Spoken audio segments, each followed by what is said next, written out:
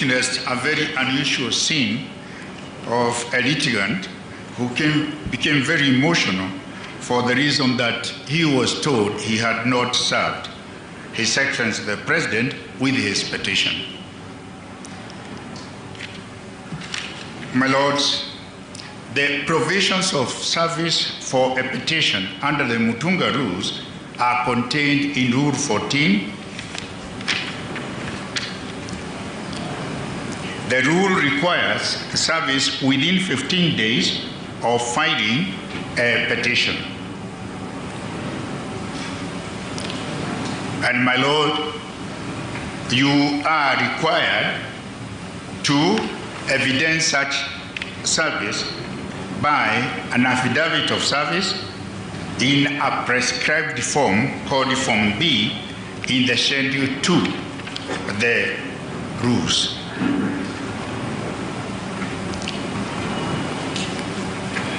Mr. Oluocha has come to court and has said that our client is only trying to play with the technical rules. It is our humble submission, my Lord, that our client has never been served.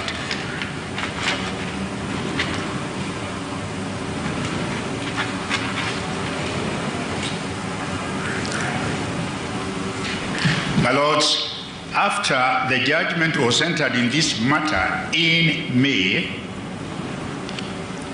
we filed an application under 52B and served it upon Mr. Oluocha. And in answer to that application, he filed an affidavit sworn. My Lords, it is sworn or dated 31st May 2021, which we have included in our supplementary record of appeal,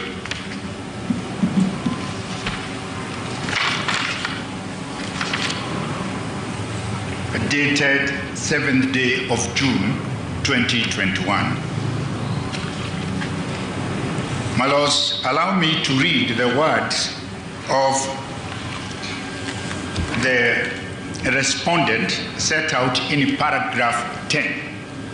And my Lords, we should not lose sight of the fact that he is making this averment in May 2021.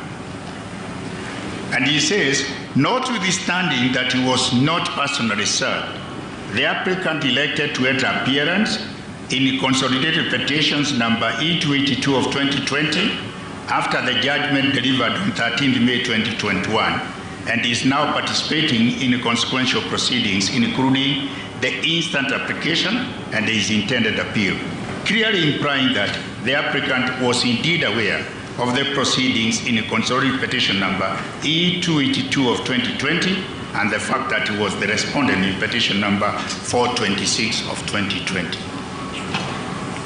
My Lord, he admits he did not serve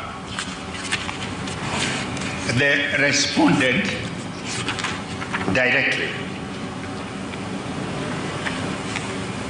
But it is important to note, my Lord, he did not state that he served the respondent in any other way.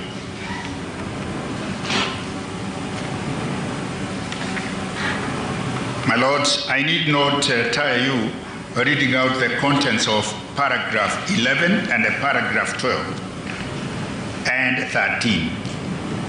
But my Lords, in those paragraphs, and you'll have the opportunity to have a look at them, he is justifying that it should be taken that our client was served for the simple reason that he alleges he is represented in some other petition, associated petition. In other words, my Lord, that he knew that there existed some cases against him, and that to him amounts to service.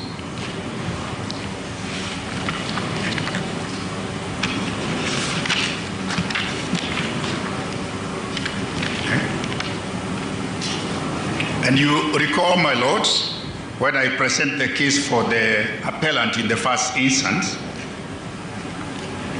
the Attorney General, who represents the national government, was disqualified by the court from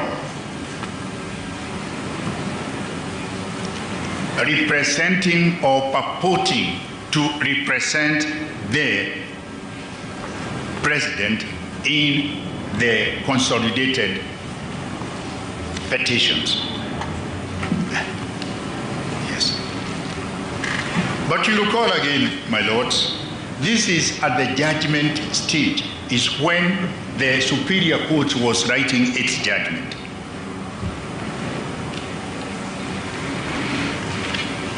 In our humble submission, my lord, there was need for the court to ascertain that parties had been duly served before the trial began.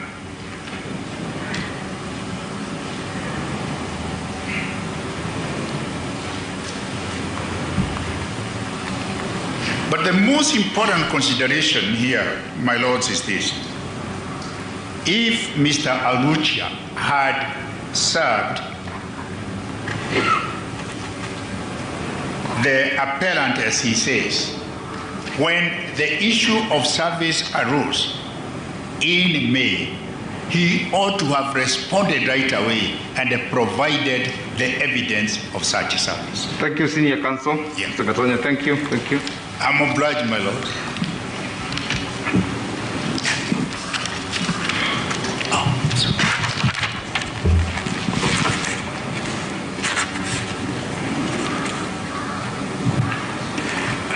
My lords, my ladies, I'll take 15 minutes and try to use them as quickly as I can. I want to take from where my learned friend Professor Gideon Muigai left. And remember, he said at the beginning, it's a long time since we appeared on a matter of this nature on the same side. But I agree with him when he says we are here not to address theoretical questions. We are not here to address hypothetical questions. We are here to address very concrete questions of law. And my lord, when I was listening throughout to those questions that I think are important for the determination of these appeals, I did not hear the same kind of oration on those specific themes to enable this court to arrive at a decision. And for me, really, there are 5 issues. The basic structure doctrine, the doctrines of interpretation in relation to the matters that are before your lordships and your ladyships, the question of popular initiative and public participation,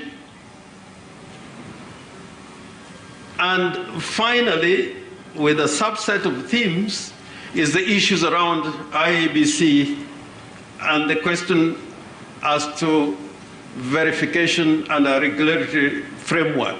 These are the concrete questions before your lordships. And I must say that if we were clearly had crystallized these questions and addressed you on these matters, probably we should not have taken as long as we did. But as a starting point, my lords, I want to persuade you that this Constitution of Kenya 2010 was trying to address a very critical question. And I want to take your lordships to the French Revolution. One of the most important documents that came out of the French Revolution was Les droits d'homme et du citoyen, the rights of man and the citizen. It is the basis upon which even United Nations instruments on human rights are based. My lords, after the French Revolution, when the 3 estates met in Versailles, the 3 estates were the clergy, the commoners, and the noblemen. within 2 years, there was a reign of terror. There was a reign of terror by one, prosecuted by one Robespierre. And unfortunately, this Robespierre was a lawyer, was a statesman and a lawyer.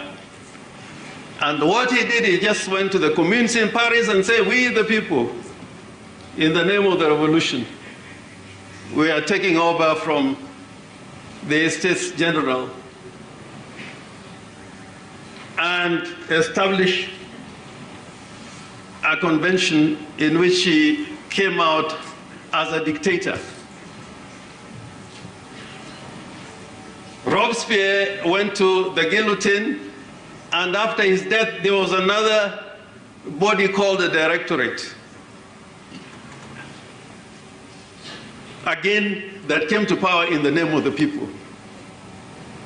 The revolution came to an end when Napoleon took over power in the year 1799. And thereafter, French interchanged monarchy, empires, republics, until after the Second World War, we had what is called the Fifth Republic. What this constitution is saying, that we, the people, having made this constitution for ourselves, we are bound by this constitution. And if you want to change it, you have to go by this constitution. You cannot go to Kisumu and mobilize 1,000 people in a stadium and say, we the people, we are changing ourselves into a constituent assembly, and therefore we want to amend or change the constitution. So I want to disabuse this notion that there is a power outside the constitution, including the people. The people are bound by this constitution. And then if they want to go outside the constitution, they have the constitutional instruments to go outside it, but in accordance with the constitution. And my lord and my ladies, when it came to the question of the doctrine, the basic structure doctrine, everybody who went to Article 255, 256, 257, other than making a general statement that there is entrenched provisions which are unamendable, like my learned friend, Mr. John Hamilton, whom I respect, he did not go to the text at all. He just made a general statement that these provisions are not amendable. The only person that I thought approached addressing that question was the president of the Law Society, who said it was implicit, just like the system of checks and balances is implicit in the Constitution. I want to inform your lordships that, in fact, even that system of checks and balances is not just implicit. You get it from the text. Article 1, 2, and 3, that talks about the delegation of these powers to the national executive, to the legislature, and to the judiciary. And in relation to the parliament, Article 94(1, in relation to the executive, Chapter 9, Part 1 of the Constitution, and judicial authority, you would find it in Article 159. And this checks and balances is both horizontally and vertically. And that is found in Article 174, H and I. You will find that the system of checks and balances does not just apply vertically, nationally, but also to devolve government at the counties. Now, the very important question which we must address is the question of popular initiative and the question of promoters.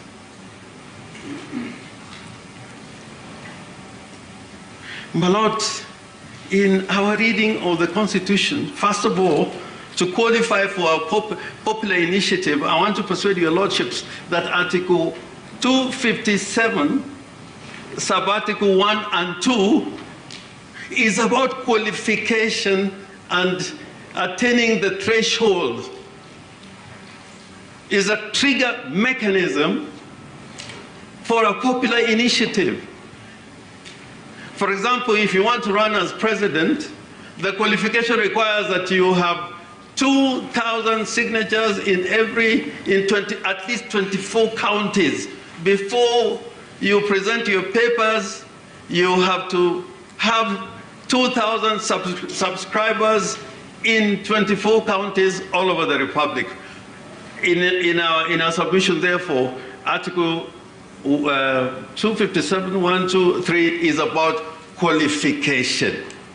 And the reason why it is qualification, my lordships, you'll find that from sub-article 2 up to sub-article 8, when the bill is introduced into the National Assembly and the Senate, what has been formulated is not a bill, is a draft bill. It's not a bill. For you to qualify, you have a draft bill, and you have 1 million signatures, and then you have the support of 24 counties. Once you have a majority of 24 counties, that is a constitutional step that you must attain before you can go for a referendum. And therefore, my lords and your leaderships, this question of popular initiative, I think also can be addressed in a commonsensical way, like I've read in some judgments of Justice Kiagi, is that president without political rights, can he go into a booth and vote? Can he become a member of a political party? Can he be a member of the village, circle? If the president can be these ordinary things, including being a voter, I do not see why he cannot be a promoter. But we're not saying that in this instance he was a promoter. The documentation is clear from the record and the bundles and the records with the IEBC. The promoters were Junet, Mohammed, and Waweru, and IEBC confirms in their communications between the promoters and themselves and with the counties. My lords, I would want to plead with you. In the real world, if we live in the real world, and I wish Martha Karua was here, we're talking about a rotten society. When I used to be with him in Parliament, somebody used to go around with a bicycle and calling us pigs in Parliament. I saw the same bicycle yesterday, passing by the office of the president, using similar terms. About 3 weeks ago, I saw him near the court here, saying that the judiciary is corrupt. There's a day he was passing next to my chambers on Standard Street and saying lawyers are corrupt, lawyers are thieves. I think when we're dealing with a problem which is a national problem, we have to design the kind of instruments we deal with instead of calling each other people names. When Mandela shook hands with de Klerk, there were murmurings within the movement that he had betrayed the cause. In this process, I urge you, your lordships and your ladyship, come back to what is before you, the concrete issues that are before you, and ensure that the sovereignty of the people is not compromised or curtailed by judicial intervention before the process is actually ripe for judicial intervention. In our bundles here, bundle number 18, bundle of appeal, you'll find that there are records of public participation or indications of public participation in nearly all the county assemblies and parliament. And from the JLAC report, you'll find that even the Law Society took part in that process. The judiciary took part in that process.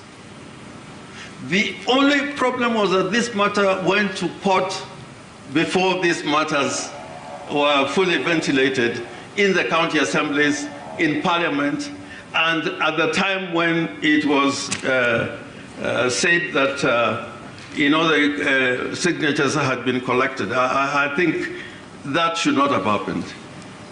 And the court, you find, did not pronounce themselves on the question as to whether there was public participation in the county assemblies or in the National Assembly.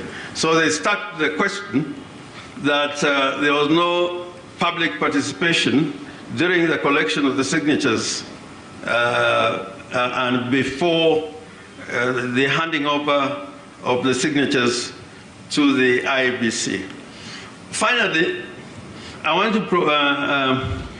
want to share you just a matter of grammar in Article 154 or 257, sub-Article 4. I've not done Luo grammar or grammar in the Luo language or in French, a little bit in French, but in English, if you use a pronoun or a noun before a verb and it's followed by a noun, that verb is a function of the pronoun or the noun before the verb and the noun following the verb. But if you have a sentence that is broken and thereafter you find a noun and another verb, it cannot relate to the noun and the pronoun that preceded the second verb. So if you look at... Can you simplify that? If you look at Article 257, it's broken in two parts. The operative verb, the first one is deliver, and what do you deliver? Signatures. The second verb, which is a function of IEBC and registered voters, is to verify. So there's a distinction before delivery. All right. And Thank you, Senior Counsel. Your time is up. I'm much obliged. Thank you.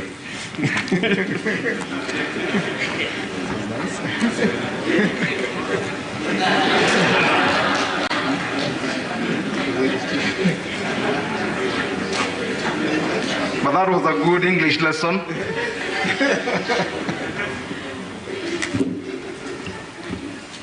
My Lord, my name is Topwale Cinco. I appear for the 76th respondent in relation to the cross appeal that was filed. My Lord, Sorry, you are who? Topwale Cinco for the 76th respondent. Well, Mr. Moraro Moke. you are not one of the appellants, are you? No, my Lord, but we had filed a cross appeal, and I just seek your indulgence under Rule 27, Rule